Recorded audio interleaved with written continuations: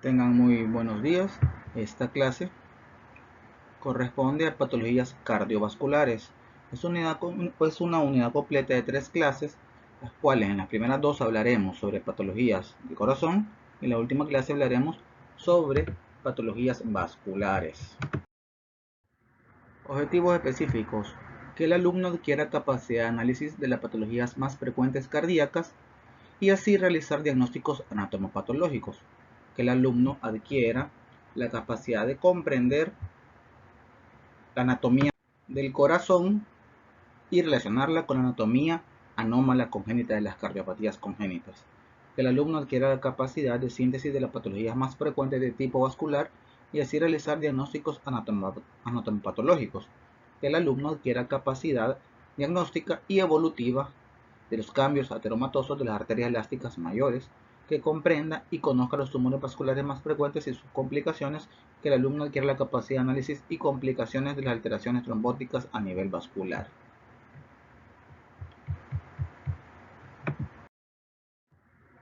Patologías del corazón. El corazón normal. Vamos a ver en esta diapositiva cómo está conformado el corazón, recordando un poco de anatomía. Recordémonos que el corazón está compuesto de 2 aurículas y 2 ventrículos. El corazón se divide en corazón del lado derecho y corazón del lado izquierdo. También acordémonos que el corazón tiene 2 vasos principales, que es la arteria pulmonar y las aortas. Acordémonos también que tiene el desemboque del sistema venoso, que es la vena cava inferior y la vena cava superior. También tenemos venas en donde circula sangre oxigenada proveniente de los pulmones, que van a drenar a la aurícula izquierda, sangre oxigenada, las venas pulmonares. Además de esto tenemos válvulas, como es la válvula tricúspide del ventrículo, que divide el ventrículo derecho de la aurícula derecha, y la válvula mitral, que divide la aurícula izquierda del ventrículo izquierdo. Además tenemos una válvula pulmonar, que es la que está sobre el comienzo de la arteria pulmonar, y tenemos una válvula aórtica, que es la que permite el paso de sangre del ventrículo izquierdo a la circulación. Ahora bien, además de eso, esas son las cavidades y las válvulas. Tenemos el miocardio, que es el músculo especializado del corazón, que este sirve para contraer y relajar el corazón dependiendo de sus necesidades. Por ejemplo, el corazón se contrae en la sístole y se relaja en la diástole. Esto permite que la sangre pueda fluir entre cavidad a cavidad. Acordémonos que se recibe la sangre en la aurícula derecha, posteriormente pasa al ventrículo derecho, luego pasa por medio de la válvula pulmonar hacia la arteria pulmonar, que va a ir a oxigenar, luego regresa por medio de las venas pulmonares a la aurícula izquierda, posteriormente pasa al ventrículo izquierdo por la válvula mitral para luego salir por medio de la aorta y de la válvula aórtica hacia la circulación sistémica. Además tenemos una cubierta, una membrana interna de revestimiento, que es parecida al endotelio vascular.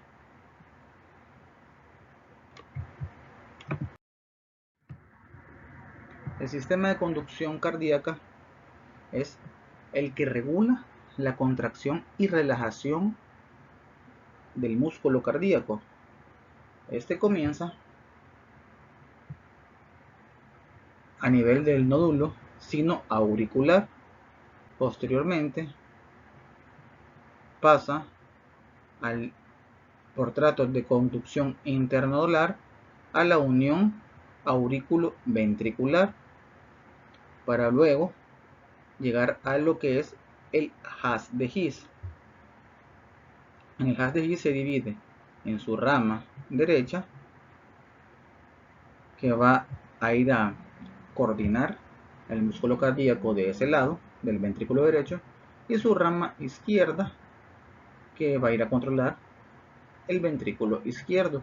Posteriormente, para controlar ya propiamente el músculo cardíaco, se encuentran lo que son las fibras de Purkinje, que es donde finaliza la conducción o el sistema de conducción cardíaco.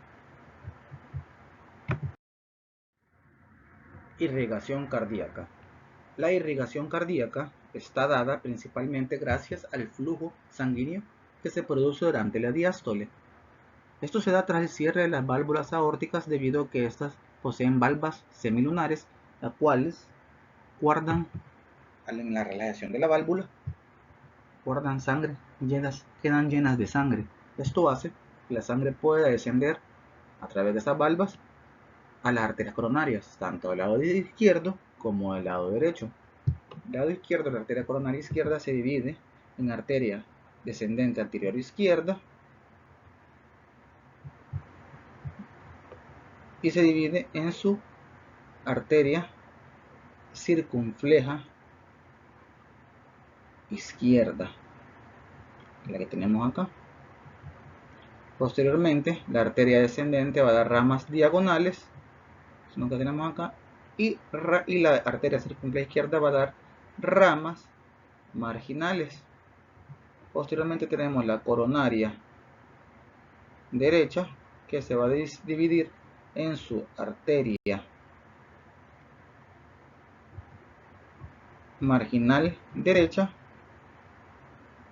y en su arteria descendente posterior.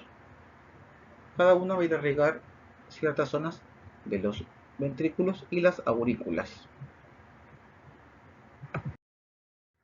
Corazón patológico. Primeramente vamos a hablar de lo que es la insuficiencia cardíaca. Hablando un poco de generalidades, la insuficiencia cardíaca se produce cuando el corazón es incapaz de bombear sangre a los tejidos con una velocidad suficiente para poder satisfacer las demandas metabólicas de los tejidos, o cuando solo puede hacerle con altas presiones de llenado. Los mecanismos fisiopatológicos que mantienen la presión arterial y la perfusión de los órganos, que ayudan a mantener el gasto cardíaco normal cuando hay una elevación de la presión ante perturbaciones agudas, son estos que tenemos acá, como por ejemplo el mecanismo de Frank Starling, que este establece que el corazón posee una capacidad intrínseca de responder a volúmenes crecientes de flujo sanguíneo. Quiere decir que cuando más se llena de sangre un ventrículo durante la diástole, mayor será el volumen de sangre expulsado durante la subsecuente contracción sistólica. Esto significa que la fuerza de contracción aumentará a medida que el corazón es llenado con mayor volumen de sangre, y ello es consecuencia directa del efecto que tiene el incremento de carga sobre la fibra muscular. El otro son las adaptaciones miocárdicas, como lo que es la hipertrofia, que esta puede ser concéntrica o puede ser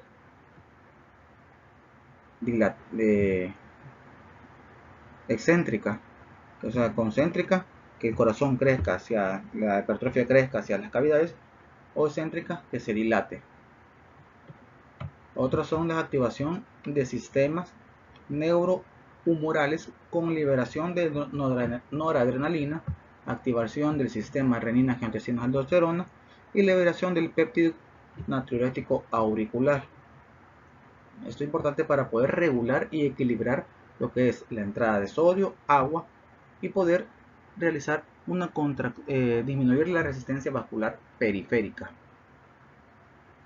La insuficiencia cardíaca se divide a su vez en una insuficiencia cardíaca derecha y en una insuficiencia cardíaca izquierda.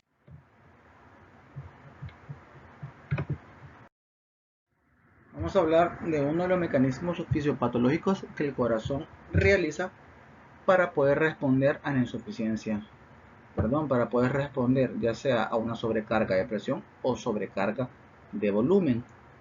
La hipertrofia cardíaca se asocia a un aumento de las demandas metabólicas por aumento de la masa contráctil y la frecuencia cardíaca, y esto hace que la utilización de O2 sea mayor.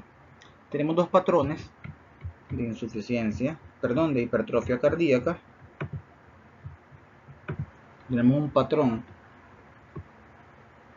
de sobrecarga de presión, que es un incremento concéntrico, como pueden ver acá, como se observa el ventrículo del lado izquierdo aumentado de forma concéntrica, y esto es debido a la presencia de nuevos sarcómeros en paralelo al eje de la célula, expandiendo lo que es el área transversa de los miocitos ventriculares y haciendo que crezca hacia el interior de la cavidad, en este caso del ventrículo izquierdo. También tenemos una hipertrofia por sobrecarga de volumen, como podemos ver acá en esta imagen, que corresponde a lo que es el ventrículo del lado derecho. Esto se debe a una dilatación ventricular debido a la formación de nuevos sarcómeros dispuestos en serie entre los sarcómeros existentes, y esto hace que la cavidad, en vez de hipertrofiarse, se dilate.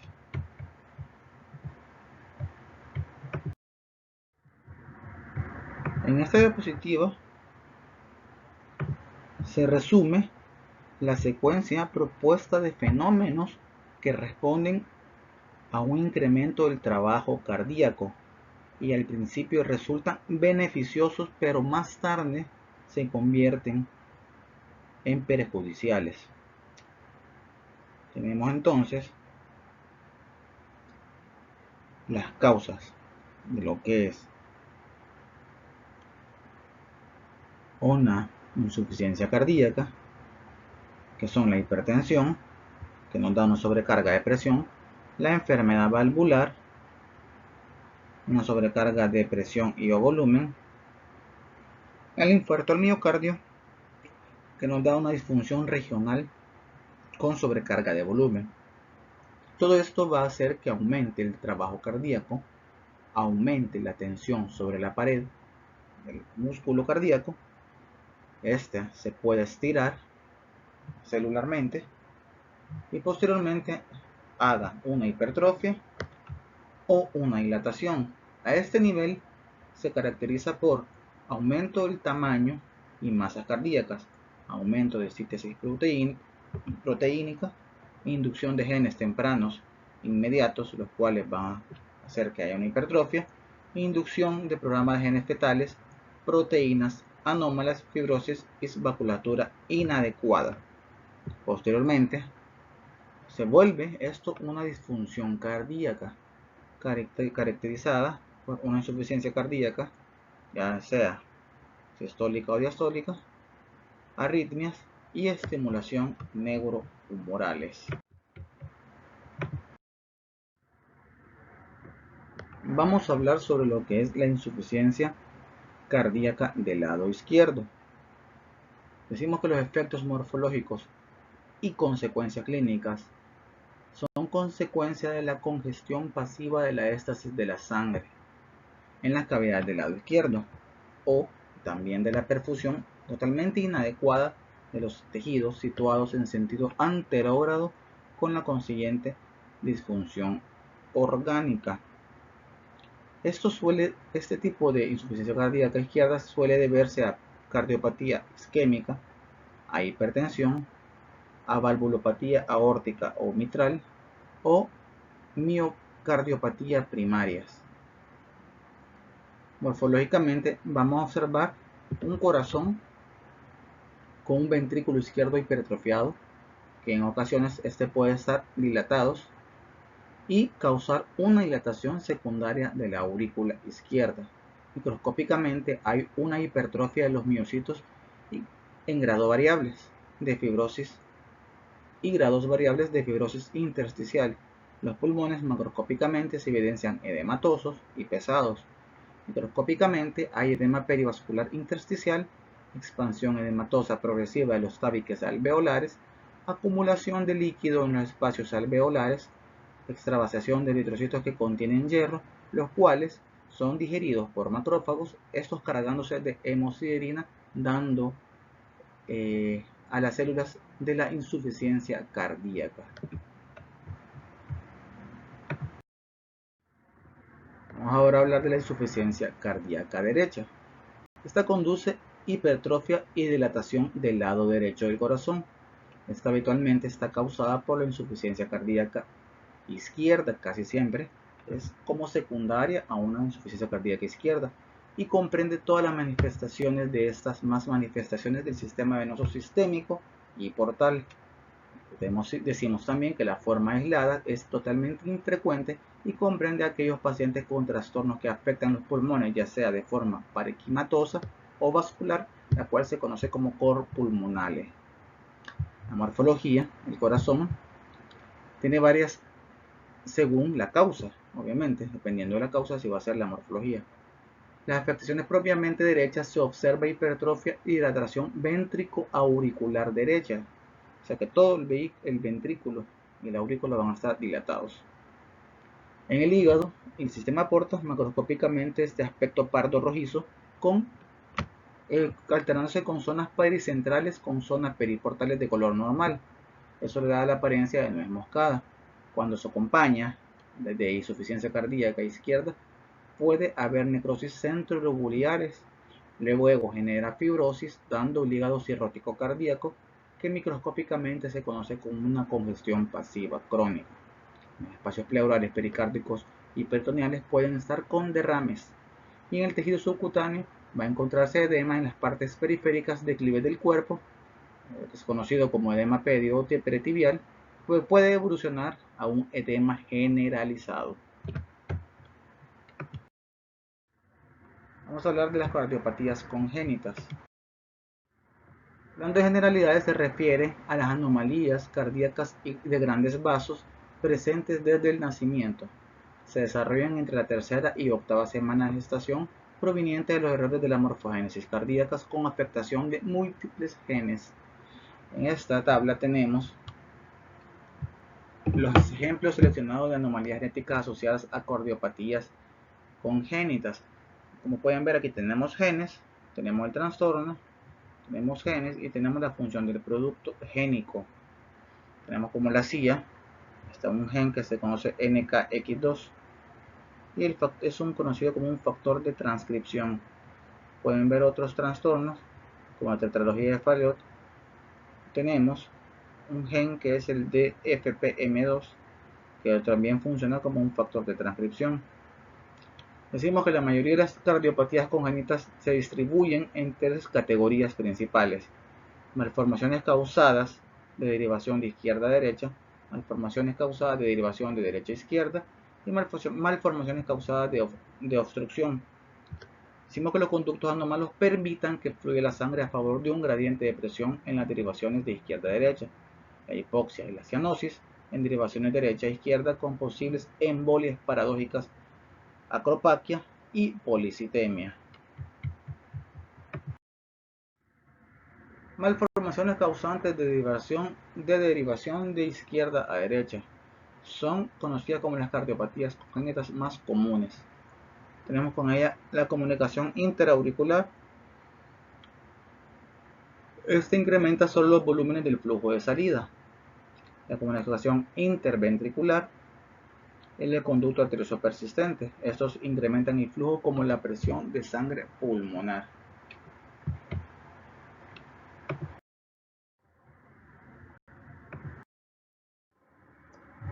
Bueno, la otra patología es la comunicación interventricular. Es otro de los ejemplos de derivación de shunt de izquierda a derecha.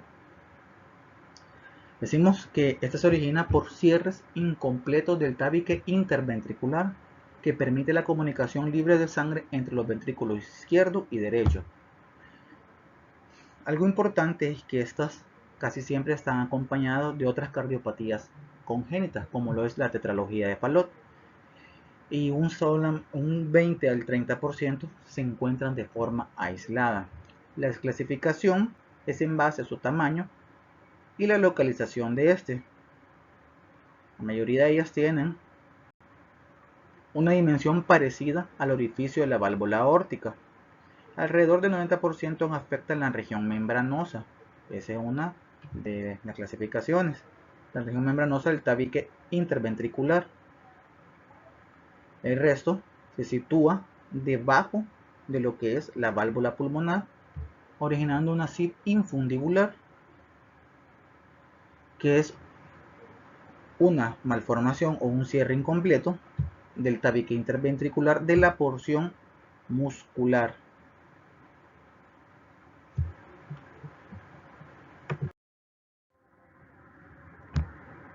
La otra patología de las cardiopatías congénitas de Shunt de izquierda a derecha es el conducto arterioso persistente. Decimos que el conducto arterioso se origina en lo que es la arteria pulmonar y se une a la aorta en la porción inmediatamente distal.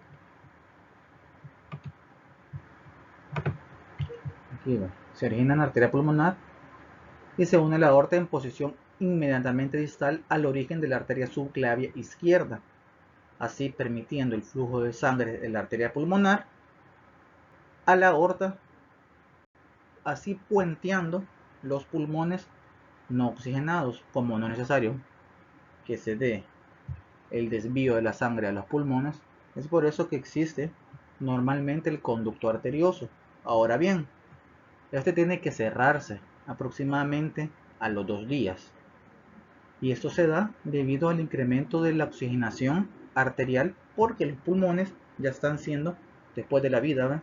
Después del nacimiento, el niño comienza a respirar y comienza a adquirir oxígeno, y este oxígeno hace que se vaya cerrando poco a poco el conducto arterioso, y aproximadamente, además de eso, hay una reducción de las prostaglandinas E2 y una disminución de la resistencia vascular periférica. Todo eso, esos tres, oxigenación, disminución de la resistencia vascular periférica y reducción de prostaglandina, alrededor de los 2 meses se cierra completamente y se fibrosa, formando lo que es el ligamento arterioso.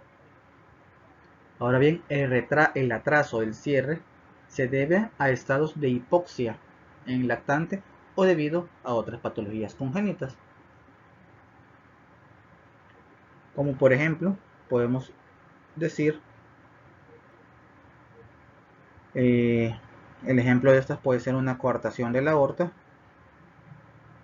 o una estenosis de las válvulas pulmonares o aórtica.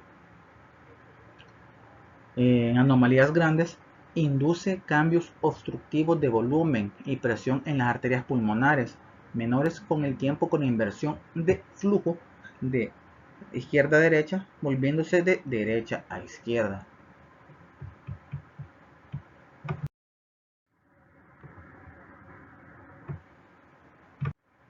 Ahora vamos a hablar de las derivaciones de derecha a izquierda.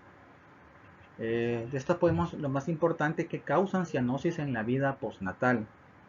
Tenemos en ellas la tetralogía de Fallot, transposición de los grandes vasos y atresia tricuspidia. La principal patología de estas manifestaciones del Shunt de derecha a izquierda es la tetralogía de Fallot. Esta cursa con signos clínicos cardinales, los cuales son 5, pero principalmente son 4. Tenemos una comunicación interventricular, una obstrucción del tracto de salida del ventrículo derecho, se conoce como una estenosis subpulmonar, una aorta que cabalga y se ve, y una hipertrofia ventricular derecha. En estos pacientes el corazón está aumentado de tamaño y presenta forma de bota por la marcada hipertrofia de lo que es el ventrículo derecho. Las consecuencias clínicas primordiales dependen de la gravedad de la estenosis subpulmonar, pues esta es lo que va a determinar el sentido del flujo sanguíneo. Si este componente de la estenosis es leve, la alteración se parece a una SIB aislada y el cortocircuito puede ir de izquierda a derecha sin cianosis, que es conocida como la tetralogía de Fallot rosada. A medida que las presiones del lado derecho se encarguen a la del lado izquierdo o la superen, aparece el cortocircuito de derecha a izquierda, lo que genera una cianosis y es conocida como tetralogía de Fallot clásica. La otra manifestación de esta derivación congénitas de derecha a izquierda es la transposición de los grandes vasos. Esto produce una discordancia ventrículo-arterial, en donde la aorta se origina en el ventrículo derecho y queda delante y a la derecha de la arteria pulmonar. Miren, aquí está la aorta. ¿Y dónde está saliendo? ¿De dónde está originándose? Del ventrículo derecho. ¿Cuándo tiene que estar acá? Las conexiones AB son normales, o sea, las conexiones auriculoventriculares son concordantes. Y la arteria pulmonar se va a localizar en lo que es el ventrículo izquierdo. El defecto embrionario de la transposición de los grandes vasos completa se relaciona con la formación anormal de lo que es los tabiques troncal y aorto pulmonar. El resultado de esto es una separación entre la circulación sistémica y el pulmonar, situando incompatibilidad con la vida postnatal, salvo que exista una comunicación como una CIV, o sea, una comunicación interventricular. La perspectiva de los recién nacidos con una transposición de los grandes vasos depende del grado de mezcla de la sangre, la magnitud de la hipoxia tisular y la capacidad del ventrículo derecho para mantener la circulación sistémica. Van a investigar lo que es la persistencia del tronco arterioso. Se lo dejo de tarea. Vamos a hablar ahora de lesiones obstructivas. Las lesiones obstructivas congénitas de la circulación sanguínea pueden darse a nivel de las válvulas cardíacas o en el interior de uno de los grandes vasos. Tenemos en ellas la coartación aórtica, la estenosis y atresia pulmonar y la estenosis y atresia aórtica. La primera que vamos a hablar de estas manifestaciones congénitas que causan obstrucción es la coartación aórtica. El término coartación significa estrechamiento o constricción. La coartación de la aorta se encuentra entre las anomalías estructurales corrientes de mayor frecuencia. Se dice que hay más presentación en hombres que en mujeres, casi el doble. La ocupación de la luz aórtica es de intensidad variable. A veces no deja más que un pequeño conducto y en otras ocasiones solo produce un mínimo estrechamiento. Lo que quiere decir es que la coartación puede ser muy grande o puede ser pequeña. ¿Vea? Se han descrito dos formas clásicas de coartación. Una forma infantil con hipoplasia tubular del arco aórtico proximal a un conducto arterioso permeable, que suele resultar sintomática en la primera infancia, y una forma adulta en la que existe un repliegue aislado en la aorta como una cresta justo enfrente del conducto arterioso cerrado. Ahí, como tenemos en la imagen, tenemos la que cursa con CAP, que es la forma infantil, y la que cursa sin CAP, que es la forma adulta. Clásicamente hay una hipertensión en las extremidades superiores. En cambio, los pulsos son débiles y existe una hipotensión en las extremidades inferiores, asociadas a manifestaciones de insuficiencia arterial.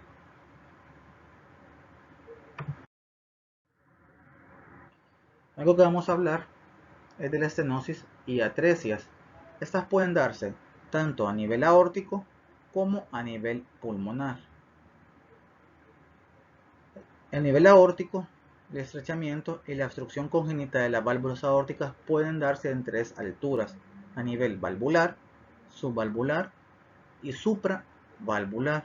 La estenosis aórtica valvular, las valvas serán de tamaño hipoplásico, o sea, pequeñas, displásicas, engrosadas, nodulares o anormales por su número.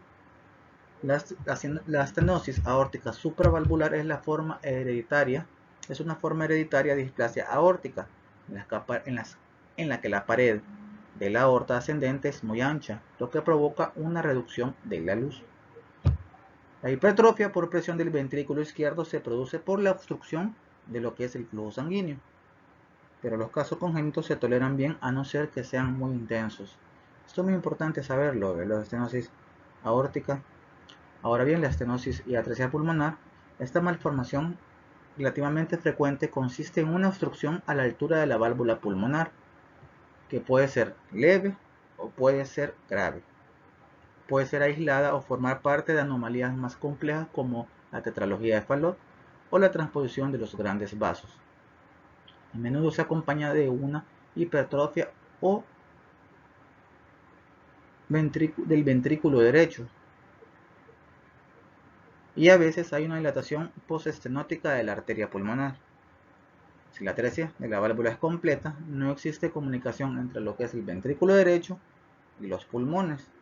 En tales circunstancias, el cuadro aparece asociado a una hipoplasia del ventrículo derecho y una comunicación interauricular.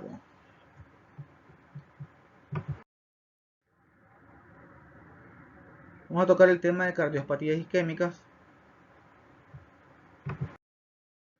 Hablando un poco de generalidades, este término de cardiopatías isquémicas es la designación genérica que recibe un grupo de síndromes relacionados por su fisiopatología y asociado a una isquemia miocárdica, un desequilibrio entre la llegada de sangre oxigenada y las necesidades que tiene el corazón. La cardiopatía isquémica suele revelarse como alguno o varios de los siguientes síndromes clínicos: un infarto de miocardio, la forma más importante de cardiopatía isquémica, en la que la isquemia provoca la destrucción del músculo cardíaco; una angina de pecho, en la que la isquemia no tiene la intensidad suficiente para causar un infarto, pero puede ser un precursor del mismo;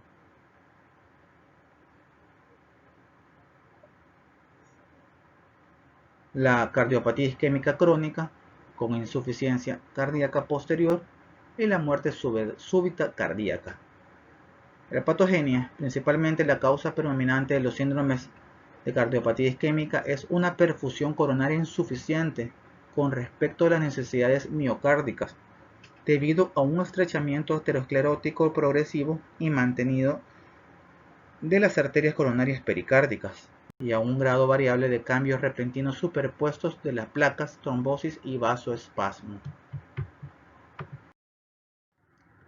En esta imagen podemos ver la evolución de un síndrome coronario, en lo cual tenemos un vaso normal y a continuación una obstrucción coronaria fija por lo que es una placa aterosclerótica. Como pueden ver, aquí ya se estrecha la luz. Ahora bien, ¿qué sucede? Cuando hay una rotura de la placa, se va a generar lo que es un tapón plaquetario, una agregación plaquetaria, y lo que va a generar es una obstrucción grave. O sea, cuando esta se cura, lo que va a originar una obstrucción grave fija y nos va a dar un síndrome de cardiopatía isquémica crónica. Posteriormente puede dar,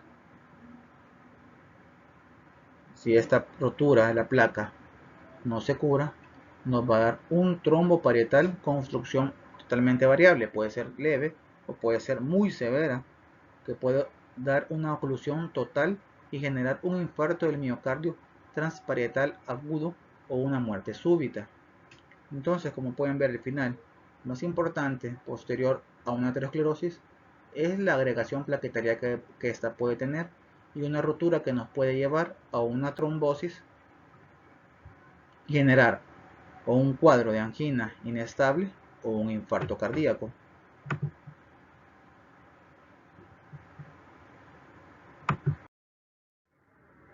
Uno de los primeros síndromes que vamos a tocar es la angina de pecho. Este se conoce también como dolor torácico y se caracteriza por una crisis paroxística y habitualmente recurrente de malestar torácico subesternal o precordial, descritas de forma por las personas como constrictivas, opresivas asfixiantes o empuñalada, ocasionadas por una isquemia miocárdica transitoria. Esta puede durar más o menos de 15 segundos a 15 minutos, que no llega a provocar lo que es la necrosis de los miocitos. Sus tres modalidades superpuestas tenemos la principal, la angina estable o típica, que es la forma más frecuente, también llamada angina de pecho típica. Está ocasionada por un desequilibrio entre la perfusión coronaria y las necesidades miocárdicas, como el que se produce con la actividad física, la excitación emocional o cualquier otra circunstancia que sobrecargue el trabajo del corazón. La otra es la angina variante o de Prinzmetal. Esta es bastante frecuente y tiende a ser episódica y está causada por espasmos de las arterias coronarias. Se dice que las personas que padecen este trastorno pueden tener perfectamente una aterosclerosis coronaria apreciable. Las crisis anginosas no guardan ninguna relación con la actividad física, a diferencia de la estable. La otra es la angina inestable, también conocida como progresiva. Esta alude a un patrón de dolor de frecuencia creciente, a menudo de larga duración, que se desencadena con unos grados cada vez menores de actividad física o que aparece hasta en procesos de reposo. En los pacientes se produce por la rotura de una placa aterosclerótica con una trombosis parcial superpuesta y probablemente haya embolización y vasoespasmo. El otro síndrome que también conocido como ataque cardíaco, consiste nada más y nada menos que en la destrucción del músculo cardíaco debido a una isquemia grave y prolongada.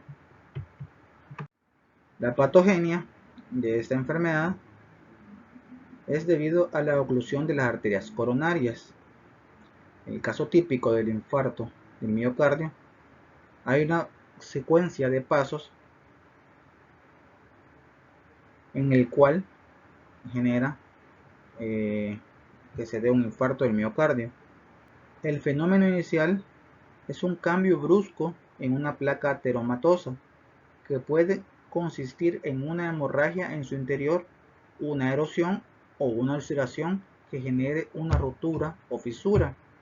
Al quedar expuesta el colágeno subendotelial y los componentes necróticos de la placa, las plaquetas se terminan adhiriendo, se activan y liberan lo que es el contenido de sus gránulos y se agregan para formar lo que son microtrombos. Los mediadores expulsados de las plaquetas estimulan lo que es el vasoespasmo y los factores tisulares activan la vía de la coagulación, la que añade volumen al trombo. Muchas veces, en cuestión de minutos, el trombo evoluciona para ocluir completamente la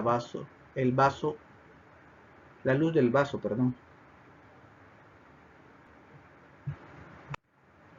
La respuesta del miocardio a la obstrucción de las arterias coronarias pone en peligro el riego sanguíneo en una región del miocardio, lo que provoca un estado de isquemia, así dando una disfunción miocárdica y la posible destrucción de los miocitos.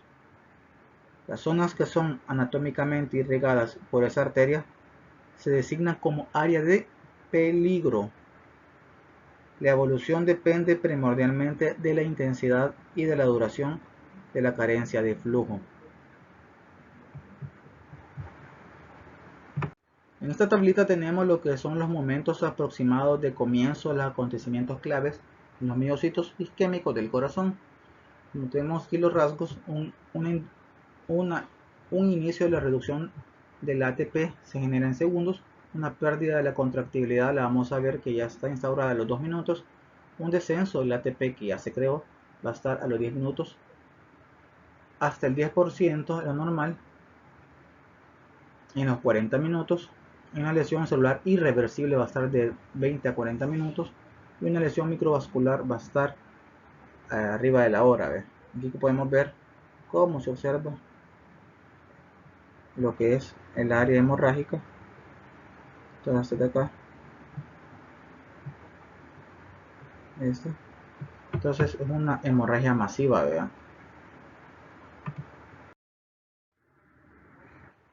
esta tablita es importante que ustedes la manejen, que es la evolución de los cambios morfológicos en el infarto al miocardio. Como pueden ver, cuando se tarda de 0 a 30 minutos no hay ningún cambio a nivel microscópico, macroscópico, pero sí al microscopio electrónico, que puede haber una relación de las miofibrillas, pérdida de glucógeno y tumefacción mitocondrial. Y a medida que va evolucionando vamos a ir viendo los hallazgos tanto macroscópicos como microscópicos. A las 4:12 horas hay un patrón macroscópico moteado oscuro. Microscópicamente se va a ver necrosis incipiente por coagulación, edema y hemorragia. A los 3 a 7 días, macroscópicamente tenemos un borde hiperémico reblandeciente central de color amarillo. Comienza la desintegración de las miofibrillas muertas con destrucción de los neutrófilos.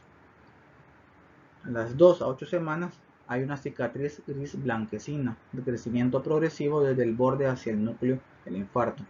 El tejido microscópicamente vamos a observar un tejido de granulación instaurado con vasos sanguíneos nuevos y depósito de colágeno.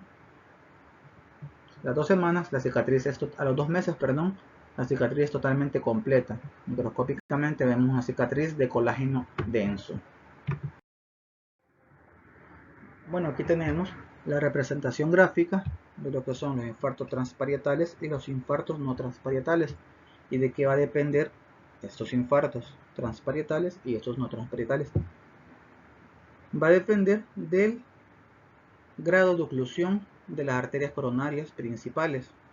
Cuando se ocluyen las arterias principales o las ramas de estas, vamos a tener infartos transparietales.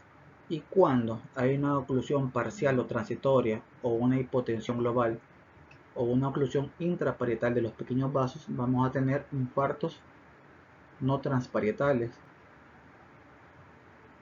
Como podemos ver aquí en la imagen, tenemos una oclusión permanente de la rama descendente anterior izquierda, nos va a dar un infarto transparietal en lo que es el ventrículo derecho. Igual a oclusión permanente en su cara anterior, y la oclusión permanente de la rama circunfleja izquierda nos va a dar igual en el ventrículo derecho en su cara lateral, y la oclusión permanente de la arteria coronaria derecha en su rama descendente posterior nos va a ocasionar un infarto posterior del ventrículo derecho. Y veamos los infartos no transparietales. Aquí ya son obstrucciones parciales, transitorias o de pequeños vasos, que nos va a ocasionar nada más una muerte subendocárdica y miocárdica no total. Tenemos por obstrucción transitoria parcial, nos va a ocasionar un infarto subendocárdico regional, la hipotensión global con un infarto subendocárdico circunferencial, y la oclusión de los pequeños vasos intraparietales nos va a dar microinfartos. Bueno, en esta imagen tenemos lo que es la evolución microscópica de un infarto y hasta llegar a su reparación. Aquí en esta imagen tenemos un infarto aproximadamente de un día con una necrosis coagulativa. Como pueden ver, fibras ondulantes, alargadas y estrechas. En comparación aquí con las normales, ¿ve? Los espacios se observan ensanchados y aquí no se observan fibras muertas. Contienen neutrófilos dispersos en el tejido, ¿ve? Aquí hay, ¿ve? En la imagen B ya tenemos un infiltrado denso de leucocitos polimorfonucleares en una zona de infarto, aproximadamente en el tercer cuarto día. En la imagen C tenemos una eliminación casi íntegra de los miocitos necróticos por medio de la fagocitosis. Esto aproximadamente se da en el séptimo al décimo día. En la imagen D tenemos lo que es el tejido de granulación, o sea, el tejido de reparación, dado por vasos sanguíneos y tejido colágeno laxo. Y en la imagen E tenemos ya un infarto de miocardio tras su curación completa, que hay una sustitución completa de fibras necróticas por una cicatriz de colágeno denso.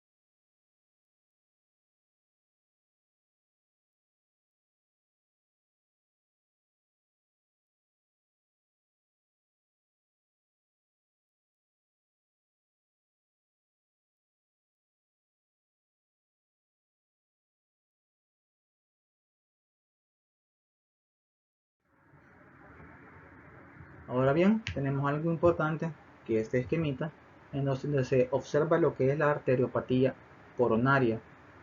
Todo comienza con una isquemia miocárdica. Esta isquemia miocárdica puede tomar dos caminos: una cardiopatía isquémica o puede tomar el camino de la muerte súbita. Depende de qué, del vaso obstruido, del grado de oclusión de la luz. Además de esto, también puede haber un cambio brusco de la placa o trombosis de una arteria coronaria. Aquí va el orden ya. Entonces, ¿qué tenemos acá? Una isquemia miocárdica de mayor gravedad y duración, que nos va a generar lo que es un infarto de miocardio con pérdida muscular y arritmias. El infarto miocárdico puede tomar unas vías. Puede tomar la vía de la curación del infarto, una remodelación ventricular o una hipertrofia, dilatación del ventrículo, del músculo viable. Todo esto nos va a ocasionar lo que es una cardiopatía isquémica crónica. A su vez, esta cardiopatía isquémica crónica nos puede generar posteriormente, a la que se ocluye un vaso totalmente, una muerte súbita cardíaca. O también nos puede generar una insuficiencia cardíaca congestiva, que va a generar posteriormente una muerte súbita cardíaca.